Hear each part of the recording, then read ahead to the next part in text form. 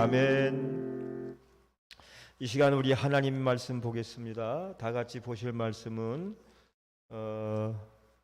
구약성경 출애굽기 25장 18절로 22절까지 말씀입니다. 18절로 25장 18절로 22절까지 다 같이 한 목소리로 봉독합니다. 시작. 두 끝에 쳐서 만들되 한 그룹은 이 끝에 한 그룹은 저 끝에 곧 속죄소 두 끝에 속죄소와 한 동이로 연하게 할지며 그룹들은 그 날개를 높이 펴서 그 날개로 속죄소를 덮으며 그 얼굴을 서로 대하여 속죄소를 향하게 하고 속죄소를 궤 위에 얹고 내가 내게 줄 증거판을 궤 속에 넣으라. 거기서 내가 너와 만나고 속죄소 위 곧 증거궤 위에 있는 두 그룹 사이에서 내가 이스라엘 자손을 위하여 내게 명할 모든 일을 내게 이르리라. 아멘. 거기서 내가 너와 만나고, 거기서 나는 여호와 하나님이고 너는 모세와 이스라엘 백성들입니다. 내가 너와 만나는 장소, 거기가 어디죠? 성막이죠. 성막론 강의 오늘 세 번째 시간인데, 지난주에 못 오신 분들을 위해서 또 우리가 잠깐 지난주에 계셨던 분들도 다시 한번 지난주 말씀을 상고하면서 성막의 구조를 우리가 잠시 한번 더 살펴보도록 할까요? 성막의 모양을 우리 한번 그림으로 잠깐 보겠습니다. 자, 이게 성막이죠. 성막이요. 이게 성막이고, 성막의 구름이 위에 있어요. 구름 기둥이 여기서 발현을 한 거예요. 성막의 구름 기둥이 여기에서 이제 발현을 해서 이것이 움직이면 이스라엘 백성들도 이동해서 움직이는 거예요. 성막 울타리 가운데 성막이 있습니다. 그 다음에 성막의 평면도를 잠깐 보면은 성막 평면도 아까 본 것처럼 뜰이 있고 문이 있죠. 자, 성막에는 문이 몇 개다? 문이 몇 개죠? 들어가는 문이? 네. 이렇게 말씀을 하시면 좋아요. 맛있는 거 잡수고 오시고 꿀을 잡수시면 입이 붙어서 말이 안 나오지만은 꿀을 먹지 않았으니까 보통 건물은 주출입구가 있고 비상구가 항상 있죠. 그게 없으면 건축 허가가 안 나와요. 들어가는 문 나온 비상구가 있어요. 최소한 문이 2개, 3개씩인데 성막의 문은 몇 개다? 하나다. 동쪽에 난 문 하나다. 왜 그러냐? 그 문을 통과해야만 구원을 받기 때문에. 이 문은 예수님을 상징하는 문인데 예수 그리스도를 상징하는 오직 예수만을 통해서 구원받는 것을 의미하는 거예요. 나중에 성막 문에 대해서 우리가 공부할 때 우리가 자세히 공부할 겁니다. 그냥 성막이 여기가 뜰이죠. 성막뜰. 성경에 이런 말이 있으면 기억하죠? 성막 뜰만 밟고 다니는 자들이요. 그랬어요. 우리가 신앙이 들어가려면 어디까지 들어가야 지성소까지 들어가야 진짜 신앙인 거예요. 성막 뜰만 밟고 다니는 사람은 예배당 마당만 밟고 다니는 사람이란 말이거든. 믿음이 없고 겉만 있는 사람들의 모습이죠. 이왕이면 우리가 진짜 좋은 신앙인으로 살았으면 좋겠어요. 그래서 성막 뜰에는 번제단이 있고, 번제단 제사 지내는데 물두멍이 있고, 여기서 물을 씻는 거예요. 여기서 안 씻고 성소에 들어가면 즉사했어요. 여기서 제사 지면서 온몸에 더럽혀진 것을 물로 깨끗이 씻고 성소로 들어가요. 성소는 크게 2개로 나누는데 맨 앞에 있는 건 성소, 뒤에는 지성소. 지성소는 가장 거룩한 장소라 그래서 이 성소까지는 레위인들은 이 성막 뜰에서 수종을 들어요. 여기서. 그러나 제사장들은 여기 성소까지 들어가요. 여기는 떡상이 있고 등대가 있고 분향단이 있고, 그러나 제사장들이 여기서 지성소로 들어갈 때는 오직 한 사람만 들어간다 그랬어요. 대제사장. 다른 제사장이 들어가면 그 사람도 그냥 즉사해버렸어요. 이렇게 성막이 이제 이렇게 구성이 돼 있어요. 자, 그 다음에 넘겨볼까요? 여기 양의 문이에요. 이게 문, 동쪽에 있는 문, 양의 문이라 그래요.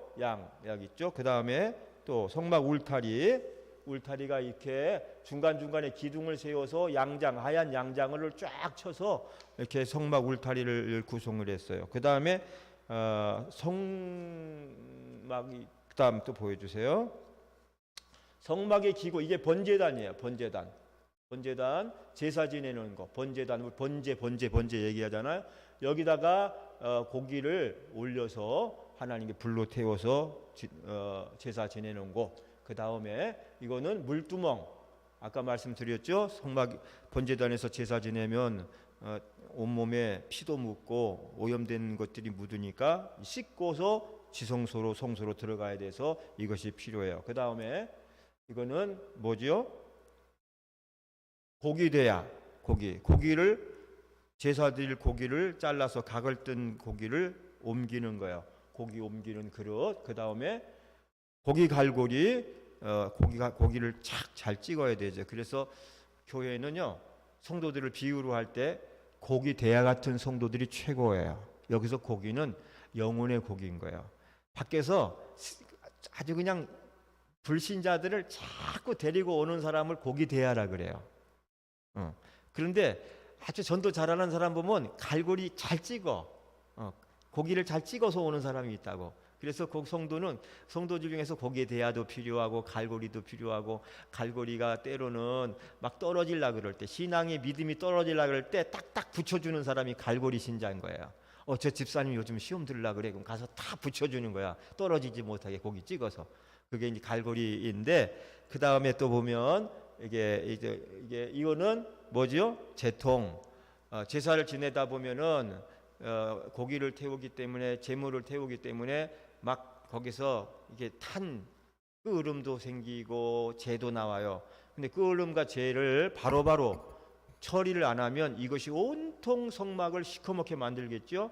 오늘날 교회에서도 마찬가지죠. 교회 예배드리고 거룩하고 은혜스러운 장소인데도 가끔 재와 같은 불순물들이 나올 때가 있어.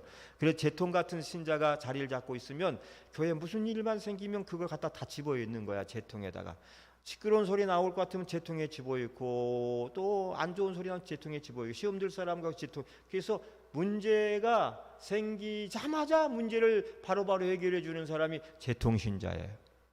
그리고 재통은 언제든지 뭐가 있어야 된다? 뚜껑이 있어야 된다 그랬죠. 뚜껑이요. 그래서 때로는 어떤 목사님들이 우리가 입뚜껑을 잘 사용해야 된다 그래요. 그러니까 원망, 불평, 저주의 이 말이 나오지 않도록 뚜껑을 잘 닫고 있어야 된다. 그래서 재통이 필요하고, 그 다음에 부삽도 있고, 그 다음에 성소 안의 기물을 좀 봅시다. 성소 안의 기구들은 이게 분향하고 하나님께 제사드릴 분향. 그 다음에 이것이 떡상, 12개의 떡을 올려놓는 이스라엘 12지파를 의미하는 12개의 떡상. 그 다음에 등대, 우리가 계시록에 잘 나오죠. 7 금초대 사이를 두루 다니시는 이가 가라사대 그랬잖아요. 7 금초대는 여기 서 있는 거예요. 이게 성령을 상징한다 말씀드렸죠. 그래서 성소 안에 이런 3가지 기구가 있어서 제사장들이, 그 다음 그림 이렇게 수종을 드는 거예요. 이 안에서 제사장들이. 근데 여기 보면 다른 제사장들은 흰 옷을 입었는데 이 특별한 옷을 입은 사람이 있죠. 이 사람이 대제사장이에요. 대제사장이 입은 옷이 달라요. 옷 여기 가슴에 흉배도 붙이고 견장도, 이거 하나하나 여러분 의미가 있어서 설명을 받을 거예요. 설명을 받으면 야, 성막 되게 오묘하고 신기하다, 그걸 느낄 수 있을 거예요. 자, 그래서 이제 사실 다음 그림 보면 성소와 지성소의 구분이 이렇게 돼 있어요. 자, 여기가 성소, 지성소. 성소에서 지성소로 들어갈 때는 뭐가 있다? 휘장이 있다. 이 휘장을 걷고 들어가야 되는데, 예수님께서 십자가에 못 박혀 돌아가시는 순간 성전 휘장이 어떻게 찢어졌다 그랬죠. 이 성전 휘장이 찢어짐으로 대제사장만이 들어갈 수 있는 곳에 이제 아무나 들어갈 수가 있게 됐어요. 오늘 저와 여러분이 예배당 안에 앉아서 예배 드릴 수 있는 것도 예수 그리스도의 은혜인 줄 믿으시기 바랍니다. 그랬어요. 그 다음에 그럼 지성소, 가장 거룩한 지성소, 하나님의 임재하시는 그 장소, 지성소에 뭐가 있냐? 저게 법궤예요. 법궤가 있고, 법궤 위에 이렇게 천사 날개 있죠? 이걸 그룹이라 그래. 천사일을 그룹이라. 2개의 그룹이 있는데 그 뚜껑에 달려 있는 거예요. 뚜껑을 따라서 속죄소. 뚜껑을 속죄소라 그래요. 이 궤는 법궤고, 그럼 법궤 안에는 뭐가 있죠? 법궤 안에 있는 거. 저기 그림 나와 있죠. 그치? 안에 투시됐네. 법궤 안에는 십계명 돌판이 들어있고, 말했어. 만나 항아리. 그 다음에 그렇지. 어저께 지난주에는 어떤 분이 모세의 지팡이 그랬는데 모세의 지팡이는 못 들어갔어. 그 모세의 지팡이 아론의 쌍난 지팡이가 들어갔죠. 이 세 가지가 대대로 가지고 갈지니라 이렇게 말씀한 거예요. 이렇게 해서 구조를 한번 봤고 구조를 한번 정확히 보고 나야 그 다음부터 성막론을 우리 해 나갈 때 여러분이 이제 그건 그거였구나 하고 알 수가 있게 됩니다. 그럼 오늘은 성막은 무엇 하는 곳일까요? 성막은 무엇 하는 것일까요? 성막에서 뭐 하느냐? 자, 바로 말씀드릴게요. 첫째, 하나님께 예배하는 장소예요. 하나님께 예배하는 거룩한 장소야. 자, 하나님께 예배하는 장소가 성소였는데 이스라엘이 예루살렘 성전이 세워지기 전까지는 이 성막에서 예배를 드렸어요. 성막에서.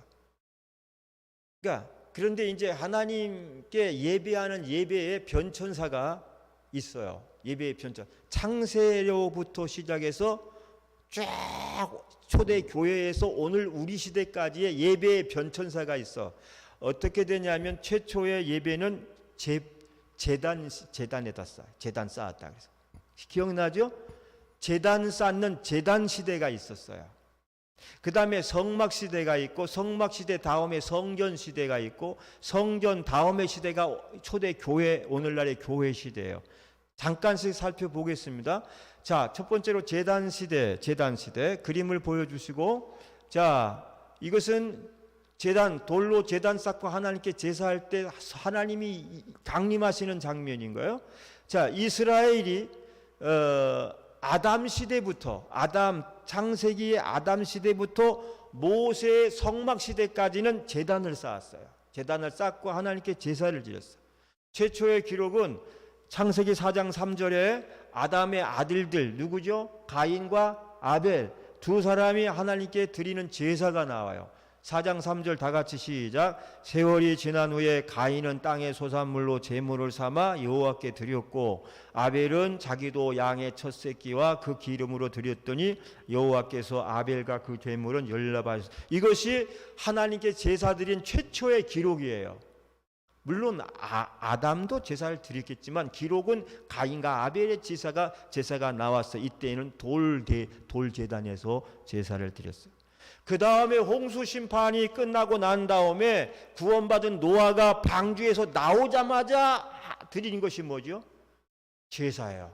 방주에서 나오자마자 단을 쌓고 첫 제사를 드렸는데 그것이 창세기 8장 20절 노아가 시작. 노아가 여호와를 위하여 단을 쌓고 모든 정결한 짐승 중에서와 모든 정결한 새 중에서 취하여 번제로 단에 드렸더니 아멘. 여기 단이에요. 여러분 구원받은 은혜에 감사해서 제일 먼저 제사를 드린 거예요. 자, 방주에서 나오자마자 가장 먼저 한 일은 자기 집을 짓고 음식을 해 먹은 게 아니라 제사부터 하나님께 드린 거예요. 여러분 우리 성도들은 앞으로 계속 나오지만 어디에 가든지 무엇을 하든지 첫 번째 시간 첫 타임은 하나님께 드릴 줄 알아야 되는 거예요. 우리 어느 집에 방문했을 때 제일 먼저 탁 기도부터 하는 거잖아요. 방문한 장소의 첫 시간은 하나님께 기도해 주는 거예요. 하나님 이 가정을 축복하시옵소서. 여러분 이사할 때에도요. 이사하고 나면요. 제일 좋은 거는 잠깐이라도 좋으니까 목사님 와서 기도 좀 해주세요. 본 예배는 이사 예배는 나중에 드리더라도 이사해 주세요. 그게 제일 좋긴 좋아요. 그냥 막 이사했다고 그냥 집들이 한다고 동네 방네 이웃 사돈의 친지 한 달 내내 잔치하고 그 후에 가가지고 목사님 신방 예배 드려주세요. 그래도 예배는 예배니까 괜찮겠지만 첫 마음을 뺏긴 거잖아요. 첫 마음을.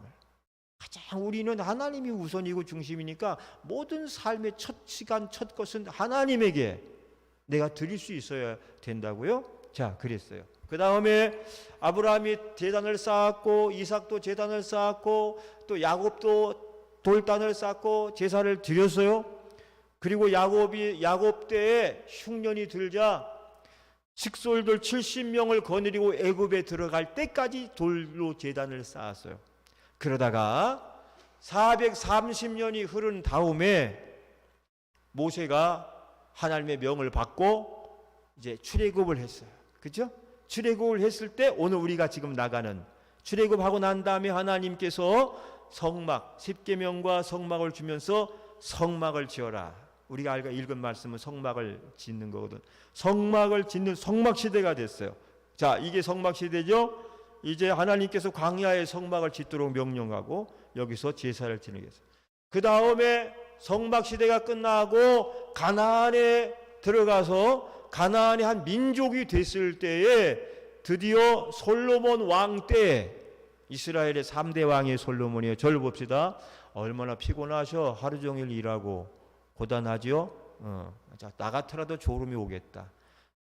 저녁도 먹고 피곤하겠다. 딱 앉아서 이렇게 있어. 목사님이 싸납기도 해? 싸납기나 해? 목사님이 안 싸납잖아. 온유하게 하니까 그냥 자장가서리처럼 편안하니까 잠도 오는 거야.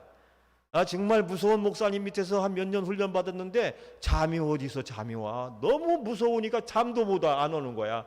근데 여러분 자도 괜찮아요. 근데 말씀 귀만 열어놓으셔. 그래서 이제 사울 왕, 다윗 왕 다음에 세 번째 왕이 누구? 솔로몬 왕 시대에 와서 솔로몬이 성전을 짓고 성전 시대가 된 거예요. 그림 보여줘요. 이것이 성전이에요. 지금까지 있는 예루살렘에 있는 성전이에요. 예루살렘 성지순례를 가면 저 성전을 보고 저기 통곡예배 기도도 할 거예요. 그 다음에 성전은 2번 지어졌는데 솔로몬 성전, 그 다음에 수르바벨 성전, 그것이 지금까지 이어지고 있는 거예요. 다윗이 성전을 짓고 싶어서 모든 것을 다 준비해 놨는데 하나님께서 노 했어. 다윗 너는 안 된다. 왜요? 너는 피를 너무나도 많이 흘렸느니라 그랬어. 동일 왕국을 만드느라고 너무 전쟁을 많이 하니까 손에 피를 많이 묻혔으니까 그 손으로는 너 성전 짓지 말고 솔로몬에게 양보해라. 그래서 솔로몬이 성전을 지었어요. 자, 그래서 성전 시대가 계속 이어지다가 이제 예수님이 오시고 십자가에 못 박혀 돌아가시고 장사진이 3일 만에 부활하시고 땅에 계신 후에 승천하시면서 너희가 오직 몇 날이 못 되어 내가 너에게 약속한 성령을 보내주리니 너희는 예루살렘을 떠나라. 떠나지 말라. 떠나지 말고 떠나지 말고 아직 아무것도 하지 말고 내가 부활했다고 전하러 다니지도 말고 그 전에 제일 먼저 시급하게 받아야 될 것이 있으니 뭐라고요? 성령 받으라는 거예요.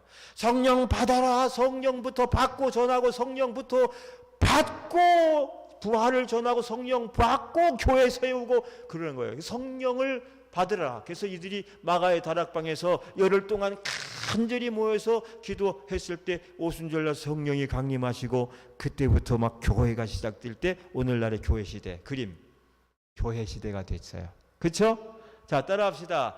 제단 시대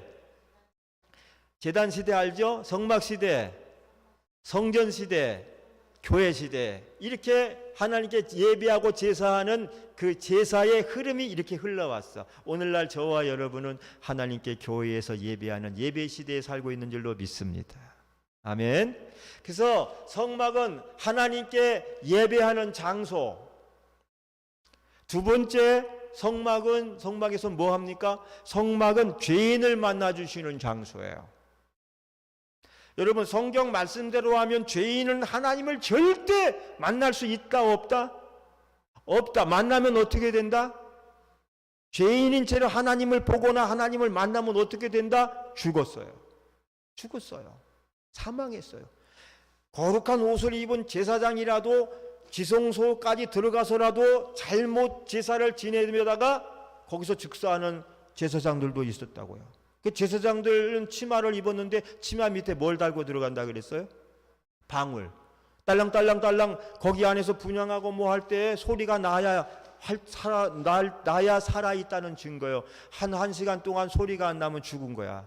그러니까 들어가서 꺼냈다간 자기도 죽으니까 갈고리로 집어여서 휘장 밑에 집어서 끌어내서 그거 장례 지내고 다음 제사장을 또 뽑아서 그렇게 했어요. 그러니까 하나님이요, 사랑의 하나님 이전에 뭐예요?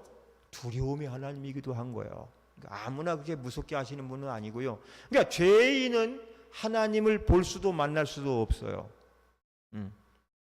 출애굽기 10장 28절을 봅니다. 모세에게 이르되, 시작. 모세에게 이르되 다시는 내 얼굴을 보지 말라. 내 얼굴을 보는 날에는 죽으리라. 왜 그렇죠? 죄인이기 때문에.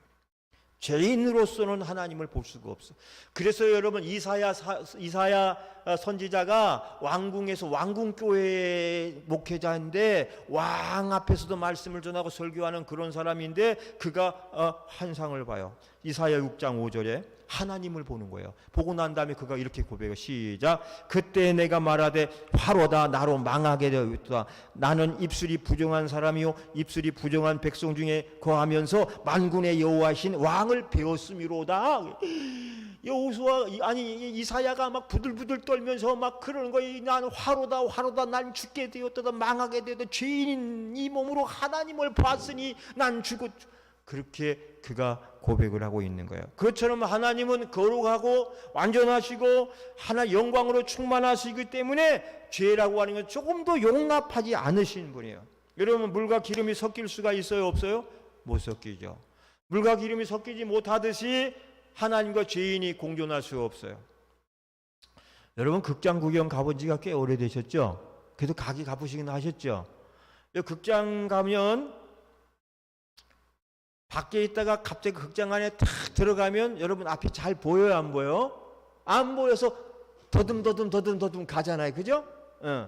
그래도 한참 지나야 보죠? 그 경험 다 했을 거예요. 왜 그렇죠? 빛 가운데 있다가 갑자기 어둠으로 들어가니까 생긴 현상이에요. 빛 가운데 있다가 어둠으로 들어가는 거예요. 반대로 여러분이 어두운 지하실에 들어갔다가 갑자기 햇빛 비추는 밖으로 나오면 앞이 잘 보여요 안 보여요? 안 보이죠? 왜 그렇죠? 빛이 어두워서 안 보이는 것이 아니라 내 눈이 어두워져 있기 때문에 빛을 볼 수가 없는 거야. 이해가 되시나요? 우리가 하나님을 보면 죽어야 되는 이유가 내가 뭐 특별한 뭐 악한 악인이라서가 아니라 우리가 죄인인데 죄인인 몸으로 하나님을 봤기 때문에 우리가 그렇게 되는 거야. 우리가 빛을 보면은 눈이 실명을 하잖아요. 마찬가지죠. 그렇게 죄를 범한 인간이 죄가 없으시고 영광이 가득한 하나님을 보면 죽게 됐어요.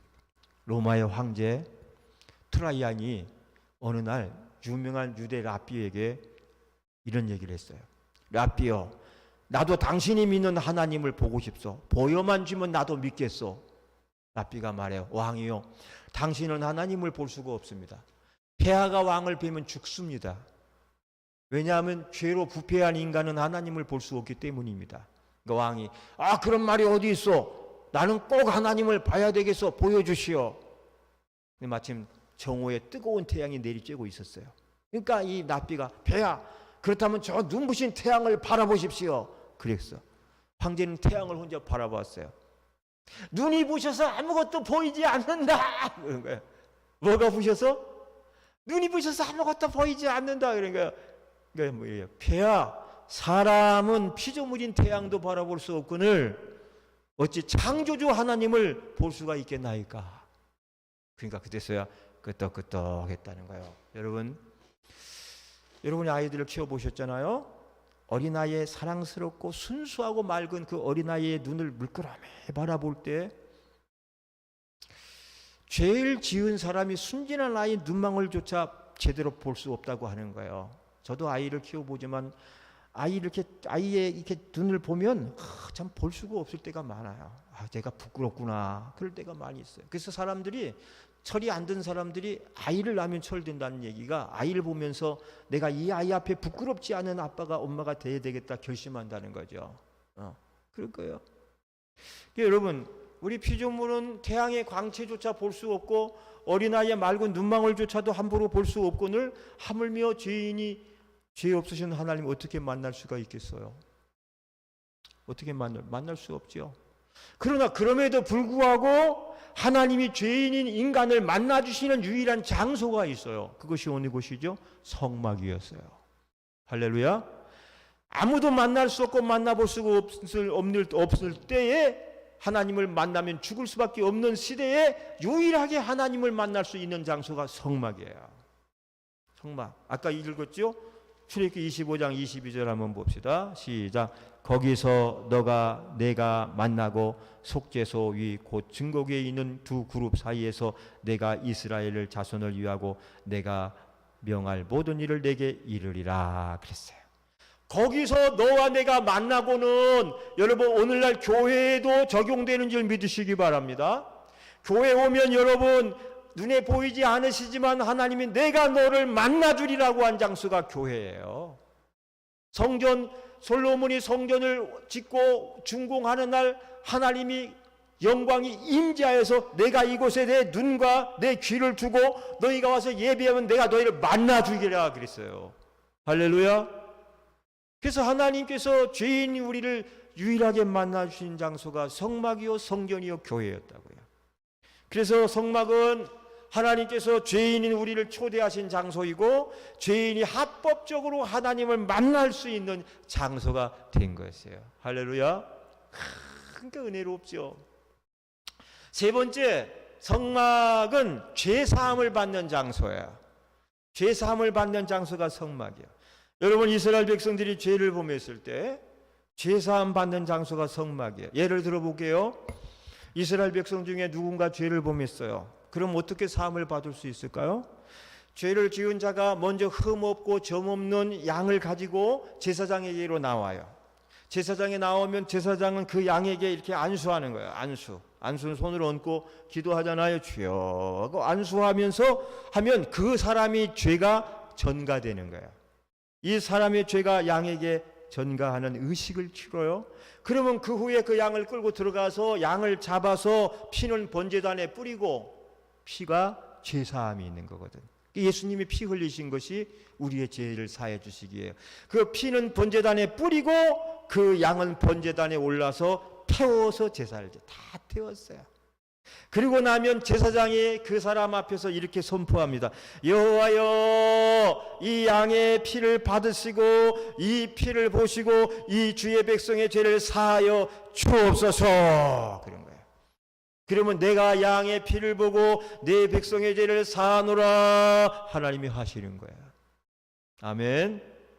그런데 여기서 오늘날의 이 양은 무엇을 상징하는 거예요? 흠없고 점없는 양은 무엇을 상징하죠? 예수 그리스도를 상징하는 거예요.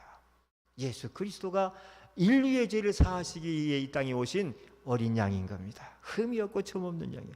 그래서 여러분 세례 요한이 예수님보다 6개월 먼저 나온 세례 요한이 이렇게 고백해요.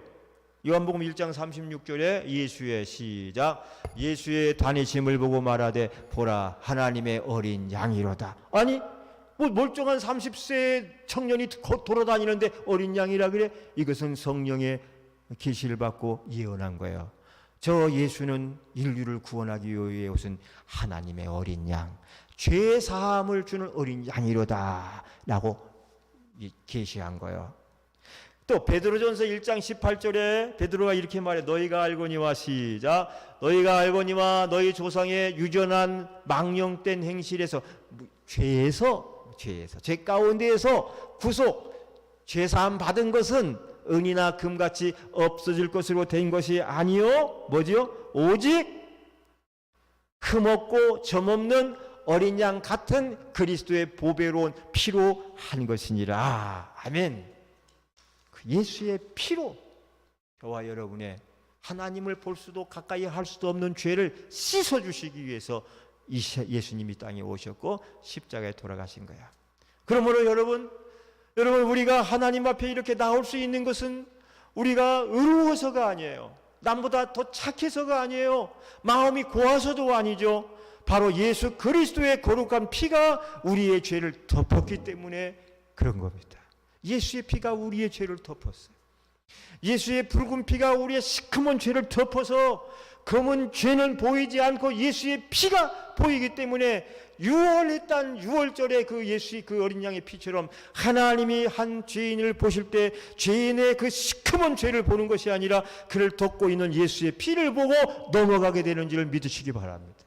예수의 피가 저와 여러분을 사해 주시고 하나님 앞에 설 수 있도록 만들어 주신 거예요.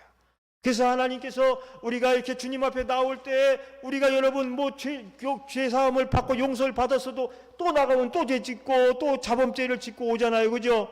그럼에도 불구하고 이렇게 앉아서 멀쩡하게 예배 드릴 수 있는 것은 여러분의 내가 멀쩡해서가 아니라 오늘 이 시간에도 예수의 피가 여러분의 죄를 가리고 덮어주신 것인 줄 믿으시기 바랍니다. 보신 거예요.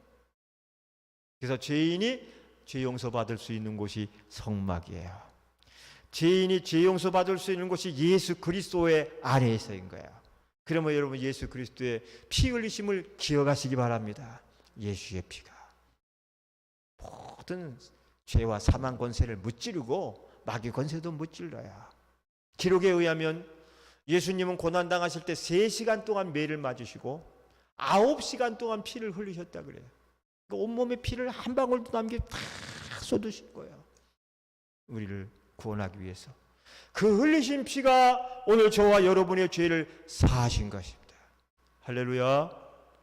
마지막으로 성막은 무엇입니까? 이스라엘 모든 생활의 중심지. 그게 바로 성막이에요. 자, 민수기 2장 1절로 3절 말씀을 한번 봅시다.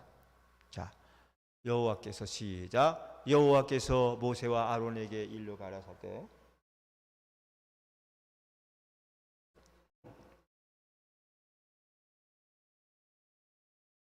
동방 해돋 넘편에 진칠 자는 그 군대대로 유다의 진기에 속한 자라. 유다 자손의 조상은 암미나답의 아들 나손이요 하면서 쭉 내려가요. 거기까지만 끊었어요. 무엇을 말하냐면 성막은 장이 100규빗, 고가 50규빗, 장방형인 직사각형으로 되어 있는데 거기에 이스라엘은 모두가 12지파예요. 그렇죠? 12지파 200만 명이요. 2,000명도 아니라 20만 명도 아니요 200만 명이 사막에다가 천막 치고 살면 그 넓이가 어느 정도여야 되는지 알아요? 우리가 출애굽기서 초창기에 제가 강의할 때 나왔던 분 알죠? 이 장소가요 고음만 해서도 안 돼요. 고음만 하면요 다 깔려 죽어요. 200만이 어디다가 200만이 여기서 이 천막을 치면요 여기서 동두천까지, 동두천에서 의정부까지, 포천, 연천까지 그 넓은 곳에 천막을 치고 산 거예요. 근데 이들 보고 천막을 쳐라 그러면 아무렇게나 칠 거 아니야, 그죠? 우리가 여기 여름 해수욕장, 해수욕 아무데도 텐트 치듯이 그리 치면 무질서하고 얼마나 난리가 나요, 그죠? 그러니까 하나님께서 이들에게 어떻게 했냐면 네 대로, 동서남북 네 대로 12지파를 각 네 족속들로 나뉘어서 동서남북으로 진을 치라 그랬어. 어떻게? 성막을 중심으로 치라는 거야. 동쪽으로는 유다, 이사갈, 스불론 지파가 진을 치는 거야. 서쪽으로는 에브라임, 므낫세, 베냐민 지파가 진을 치는 거야. 그 다음에 남쪽은 루벤과 시몬, 갓 지파가 진을 치는 거야. 북쪽에는 단과 납달리와 그 다음에 아셀 지파가 진을 친 거예요. 그래서 쫙 장방형으로 동서남북으로 진을 쳤어요. 그렇게 해서 이들이 성막을 중심으로 진을 치고 살아요. 중요한 것은 뭐냐 하면 이들이 천막을 치고 살 때 반드시 문은 성막이 보이도록, 뭐가 보이도록? 성막이 보이도록 문을 만들었어요. 문을 열면 제일 먼저 뭐가 보여야 돼? 성막이 보여야 돼. 그래서 이들은 항상 문은 성막을 향하도록 지었고, 그렇기 때문에 이들은 자손들까지라도 모두가 막론하고 항상 성막을 바라보고 살았던 거예요. 그래서 여러분, 이들이 성막을 등진다는 것은 하나님에 대해서 배신하는 것으로 간주해서요. 하나님을 배신할 수는 없잖아요. 성막을 등질 수가 없잖아요. 항상 성막을 중심으로 살면서 자연스럽게 선민의식을 가지고 살게 된 거예요. 그럼 오늘날 이 성막은 누구를 상징합니까? 예수 그리스도를 상징하는 줄 확실히 믿으시기 바랍니다. 그러면 우리는 예수 그리스도의 몸은 뭐죠? 그리스도의 몸이 뭐예요? 성전이잖아요. 주님의 몸된 성전이고 교회인 거예요. 교회를 상징하는 거예요. 그러므로 자연스럽게 성도는 항상 예수 그리스도를 바라보고 살아야 되는 거예요. 예수님 중심, 주님을 바라보고 그 주님을 바라보고, 그렇기 때문에 성도는 예수 그리스도의 몸된 교회를 가까이 하고 교회에 마음을 두고 살아야 되는 거예요. 교회. 일찍이 청교도들이 영국에서 미국에 건너가서 아메리카 대륙을 이렇게 이렇게 세웠는데 이들이 거기 건너가서 제일 먼저 한 것이 있죠. 그게 무엇입니까? 하나님께 예배 드릴 수 있는 교회를 먼저 졌어요. 교회 먼저 짓고, 그 다음에 자녀 교육을 위해서 학교를 짓고, 그 다음에 자신들의 주택을 짓고, 병원을 짓고, 그렇게 도시를 형성했어요. 그렇게 했어요. 그러니까 그 나라가 잘 되잖아요. 그들의 조상이 하나님 중심의 삶을 살았고, 그들이 아메리카 대륙으로 간 이유도 영국에서 이 메리 여왕의 말할 수 없는 핍박 속에 신앙생활 제대로 못하게 되니까 핍박을 피해서 신앙의 자유를 찾아서 메이플라워를 타고 거기에 아메리카까지 간 거니까. 오직 신앙 외에는 다른 걸 생각하지 않은 그 신앙의 씨로 심겨진 나라가 미국이 된 거죠. 사랑하는 여러분, 그래서 항상 하나님이 중심이면 예수가 중심이고, 예수가 중심이면 교회가 중심이 되는 거죠. 근데 오늘날 우리나라는 어떻게 된 일인지, 교회를 짓게 되면 집값 떨어진다고 사람들이 반대를 해. 그죠? 교회에 성전 건축한다 그러면 막 동네 사람들이 진정을 막 갖다 놓는 거야. 이건요, 주민들이 잘못되었든지 교회가 잘못했든지 간에 둘 중에 하나일 거야. 여기 우리 가까이에 예한교회도 잘 지었잖아요. 그죠? 예한교회도 짓고 났는데, 예한교회 다 짓고 났을 때 제가 여기 들어왔거든요. 막 데모하고 막 현수 막 걸고 그 앞에 아파트들부터 해가지고 막 플래카드 내걸고 교회가 어쩌고 저쩌고. 아, 세상에 교회하고 집 아파트하고 얼마나 많이 떨어지는데, 이야 고함을 쳐도 잘 안 들릴 정도로 그 큰 거리인데 무슨 일이 있다고 그걸 반대하고 그렇게 난리를 치고 그런지를 몰라요. 우리나라 문제가 있어요. 그것뿐만 아니에요. 우리 너무 이기주의야. 장애인 무슨 거 들어오면 그거 결사 반대하고 그러잖아요. 그런 개인 이기주의는 좋지가 않은 것 같아요. 사랑하는 여러분, 교회가 있으면 그 지역이 복이 임하는 줄 믿으시기 바랍니다. 아멘은 별로네. 한 지역에 교회가 들어가면요, 하나님이 그 지역을 복을 주셔요. 그 땅이 잘 돼요. 거기서 인물들이 나와요. 그 기독교 역사가 증명해줘요. 영국이란 나라는 예수 복음이 들어가기 전에는 바이킹 해적들의 소굴이었어요. 그들 조상이 바이킹들이에요. 또 최고로 머리가 좋은 나라 중에 독일이 있잖아요. 독일이 여러분 산적대들이었어요. 게르만족이라 그래서 그 조상이 산에서 숨어 있다가 지나가는 과기들 덮쳐서 빼고 한 그런 사람들에게 그런 나라에 복음이 들어가고 예수가 들어가니까 그들이 회개하고 회심이 일어나서 변화가 돼서 저렇게 신사의 나라, 세계 최고의 나라가 된 거예요. 하나님 축복해 주시는 거예요. 우리나라도 이렇게 잘 되는 거는 정치가 잘하고 뭐 아니에요. 하나님이 복 주셔서 이렇게 잘 살게 된 줄 여러분 확실히 믿으시기 바랍니다. 그 기도할 때도 그래요. 하나님, 이 교회가 우리가 있는 지역이 복을 받고 주민들이 복을 받게 하시고 고업과 삼순과 이 지역이 다 복을 받고 하나님의 혜택 보고 살아가게 해 주시옵소서 기도해야 돼요. 실제로 그런 역사가 일어납니다. 여러분, 교회는 우리 인생의 중심이에요. 우리는 예수 그리스도를 중심으로 살아가야 돼요. 선민의식을 가지고 살아야 돼요. 이스라엘 백성이 성막을 중심으로 살아갔듯이 우리는 교회를 중심으로 공동체 인식을 가져야 돼요. 우리가 이레와 비전이 합쳐졌잖아요. 이렇게 많지 않지만 여러분, 그래도 우리가 하나 되는 일에 더 힘을 써야 돼요. 우리는 공동 운명체라는 걸 가져야 되는 거예요. 우리는 날 때부터 한 가족이다 생각하고 우리가 서로 믿고 나가야 되는 거예요. 그리고 공동체 운명인 것으로 그런 일을 자꾸 하는 거예요. 그래서 지금 우리는 자꾸 모이고 기도하고 방문도 하고 사도 사고 이러면서 자꾸 친해지고 하나가 되는 일에 힘을 써야 되고, 그러면서 우리가 안으로 우리가 공동체 의식이 단단해질 때 교회가 하나님의 능력을 받아서 더 부흥해요. 공동체 의식이 깨지면 방향을 잃어버리고 말아요. 예전에 말씀을 마무리하면서 제가 야유회를 갔을 때 공동체 게임을 한 적이 있어요. 여러분도 한 번씩 비슷한 게임을 한 번 낸 것 같은데 했을 거예요. 두 사람씩 짝을 짓게 하고 그 앞에 신문지 한 장씩을 이렇게 갖다 놓고 신문지를 배라고 여기 배 한 척이 있습니다 하고 깔아놓고 올라타게 하죠. 두 사람씩. 처음에는 넉넉했어요. 그 다음에 내리십시오. 그리고 배를 한번 접으십시오. 배를 접었어. 배를 접고 타십시오. 좁아졌죠? 좀 불편해. 이렇게 오밀조밀하게 뭐요. 다시 내리십시오. 한 번 더 접고 타십시오. 여러분은 공동체, 공동운명체입니다. 생사고락을 같이 해야 됩니다 하면 이렇게 몇 번 하다가 보면은 배가 아주 조그만 배가 됐잖아요. 어떻게 되죠? 나중에는 공동운명체가 깨지지 않기 위해서 어떻게 하죠? 껴안아야만 돼. 껴안아만 돼. 그러다 또 반을 접으면 한쪽 발 들고 이렇게 서야 되다가 나중에는 한 사람 업어야만 되는 때가 되죠.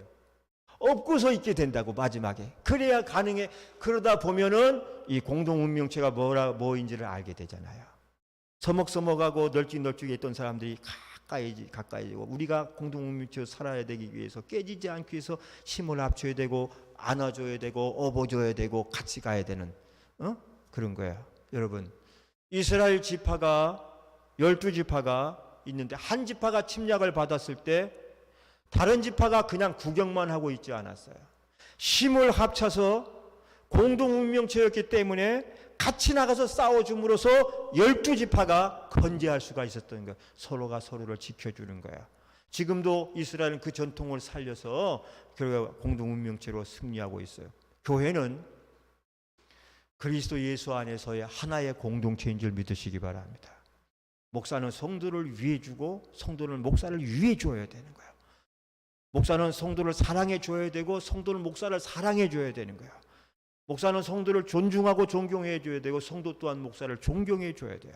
그 공동체 의식이 깨어지지 않도록 힘을 모아야 돼요. 특별히 여기 다 중직자들이에요. 권사님, 집사님들이에요. 그런 일을 잘 하는 거예요. 그리고 여러분, 이 공동체 의식이 깨어지면 어떻게 되는지 알아요? 사탄이 공격해와요. 아멘. 아무리 사탄이 주변에서 발버둥을 치고 난리를 쳐도 공동체가 견고히 있으면 틈이 없으면 절대 들어오지 못해요. 그래서 틈이 없더라도 계속 틈을 다지는 거예요. 틈을 다지는 거예요. 우리는 하나다. 우리는 한 마음 한 뜻이다. 공동의 운명체다. 한 대를 탄 사람이다. 그래요. 이것이 틈이 생기고 의식이 깨어지면 사탄이 공격해 들어오는 거예요. 공격해 들어오면 다 나가 자빠 떨어지는 다. 우리가 잘못하면 다 나가 떨어지죠. 그러니까 우리가 이 사탄이 들어오지 못하도록 이 공동운명체를 견고하게 다지고 또 다지고 마음을 먹고 힘을 합치고 그렇게 나가는 겁니다. 그것이 곧 교회예요. 이스라엘 12지파였어요. 하나님께서는 성막을 통해서 이스라엘 백성들이 결코 남남이 아니고 한 생명을 이어받은 공동체인 것을 확실하게 가르쳐 준 거예요. 여러분도 오늘 말씀을 생각하시면서 예수를 중심으로, 하나님을 중심으로, 교회를 중심으로 성도들이 하나로 모아서 승리하며 나갈 수 있는 여러분 되시기를 예수님의 이름으로 축복합니다. 아멘. 은혜 받았죠?